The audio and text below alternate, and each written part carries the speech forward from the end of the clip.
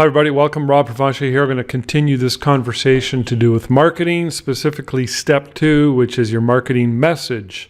Yesterday I talked about your target marketing. It's a short video. I'll link it in the description below. And the next step will be the media step.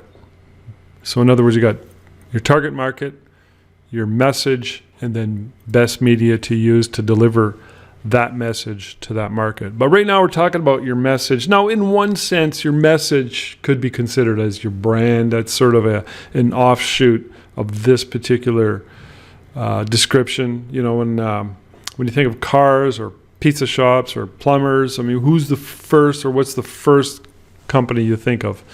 And you think of running shoes, it might be Nike. I mean, these are large corporate brands, multi-billion-dollar brands. Mostly what I want to focus on, though, is small businesses. And you could say that the best way to describe your marketing message, or the best way to at least start answering the question and to dig into the best way to create a message for your business, is to answer the question from the prospect's view, from your client's view. If you were to hypothetically ask them this question, why should I do business, I, the client, do business with you, the provider of the service or product? Why should I do business with you over each and every option and available choice I have out there? So in other words, you have to really separate yourself. You might think of it as a USP, unique selling proposition, which I can't stand that term because it's too simple, it's too general. But your message really does mean that in a sense.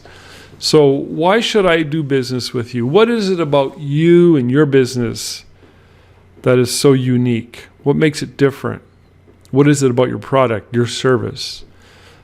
And you know, people don't actually answer that. I mean, I would go to Starbucks because we love Starbucks. You know, I love their coffee. But it's more than that. It's like it's a journey. It's like an event. And I'm willing to pay double the price for a cup of coffee. It's crazy, but it's true. But you have to ask yourself that question. What is it that separates me from everybody else? Now, a lot of businesses suffer from commoditization. They become a commodity, like a gas station, or if you're a plumber. You still have to find ways to separate yourself. For some businesses, it's best location. And that's somewhat important and valuable. And if you don't have that, or if you don't have any of these features or benefits, you have to create. You have to find out ways. And you can do that in many, many ways. I'm going to talk about some of them right now. But ask yourself the question, why should I do business with you? What makes you so special? Why should I go to you instead of everybody else? And be really honest with yourself. Ask hard questions. So one of the things you want to do is you want to list all the facts and features and benefits of your service. And I want you to list all the objections too. Because if you don't approach the objections, you're running, you're hiding. So truth will come out. It'll percolate to the top. If there's something obvious that is an objectionable thing about your business, you want to address it. You want to either fix it or you want to talk about it in your marketing. So let's say, for example, you're a dentist and you're 25% more expensive than all the other dentists. Put it in your marketing. Yes, we charge more, and here's the reasons why. Then two things are going to happen. You're addressing the objection. They have these objections going on in their head, whether they know it or not. They're thinking about it. If you answer it before they even ask the question, you're a hero. And if you answer the question in their mind, you're honest. You've just established credibility. You're going to increase your ability to sell and acquire them as a client. So list all the features, facts, and benefits, and start there. Now, another concept behind creating a message, besides what makes you so special and what are all the facts and reasons why I should buy from you, is a very simple concept. And this is something I really believe in, and it's called bundling. So when you bundle products together, you create what's called added value. Now, in my field, photography, and I'm sure this happens or would happen even with plumbers and dentists and whatever, they think, well, no, I'm above that. No, don't think that way. That's just your ego. You're not above it, because adding value is something everybody across all demographics that can relate to. We can all relate to, and we respond pretty much the same way when it comes to value, a value-added service. Now, let me give you a couple of examples. In my heyday of wedding photography, I'm still doing lots of weddings, but back in my heyday, I had a 24-page price list. And in that price list, I put everything in there. I listed every possible answer, every possible objection, and I had a bunch of packages. Now, the most common packaging is silver, gold, platinum, maybe silver, gold, platinum plus. You could look at it that way. So I had that in my wedding packages. And the idea being they would look at the most expensive one and they'd go for the middle one. So you can apply that too. Now, when you add value, the perception is that this is a good deal. Plus it adds convenience.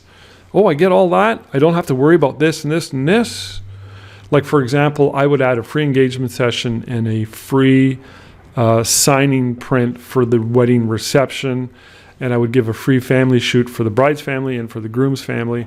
And I would give them a first baby session free. So assuming they were going to have a baby. And, they would look at that and go, well, that's kind of cool. Really, I wanted them to come back to me. But I also would tell them, I say, look, on your wedding day, we want things to go smooth. So a good way for things to go smooth is if everybody knows me. So that's a benefit to photographing your families before the wedding day. And they were like, oh yeah, I never thought of that. And it would add to the perception of the value. And it was true, actually. It's actually truth. But these are how you have to package things and bundle them together. The simplest way of thinking of bundling is go to McDonald's drive-thru. You see all these offers. Boom, boom, boom. $8.99. Super combo. It works. It's perception, it's added value, and it's convenience. So don't think that you're above it. There are always ways to add value to any message, to any packaging. So, and bonuses as well. A free gift with purchase. You could have a free gift that has nothing, absolutely nothing to do with your business. You could be a plumber offering a box of chocolates. Now, are there other ways with which you increase your message, the power of your message? Your business place, is it clean? Does it smell good? Does it look good? Does it sound good? When you walk into my studio, there's always music playing and there's always cinnamon. And it looks good. I want it to be well lit. I'm really strict on that. I always hired an entire interior decorator to decorate my place. I want it to look good. If I go into a mechanic and their place is a pigsty, you can rest assured I'm not going back. Or a restaurant. If their bathroom's dirty, yee. So those are ways to increase your message. Not the only ways. You got to start with the core product and everything else I talked about. But these are ways that are very important, and they must be addressed. So that includes yourself. So your the way you dress, the way you communicate, the way you talk to people, the way you answer the phone, the way you send emails, etc., etc. All of these things give you opportunity to project the right message. And like Dan Kennedy used to say, don't look for one way to get 100 clients. Look for 100 ways to get one client. So uncover every stone of possibility when it comes to improving your message. List every benefit, every feature, every objection, and create a story. Create a sales pitch, so to speak, an offering, and try bundling as many added extras and or free gifts as you can, and look at your personality. What does it say to your client? What does your decor say? These are all important factors. So I want to close with one final example. I thought this was one of the coolest things that I've ever seen, and it's from CD Baby, and I'll put the link down below. You'll have to go read it. But CD Baby was Derek Sivers, who started this company back in the early 2000s. I don't know if it's a company that's relevant anymore, but that's not the point. When he sold one of his products, they would receive an email, and he crafted one of the most ingenious emails I have ever seen, and you can see those. You can see what I'm talking about. It's kind of over the top, but here's what's important. One, he communicated authentically with his clients, and the bonus thing is when that happened, it went viral. So he got tons of exposure because of this email. Again, see that down below, and that's step 2 of marketing your business, creating the right message. Thank you.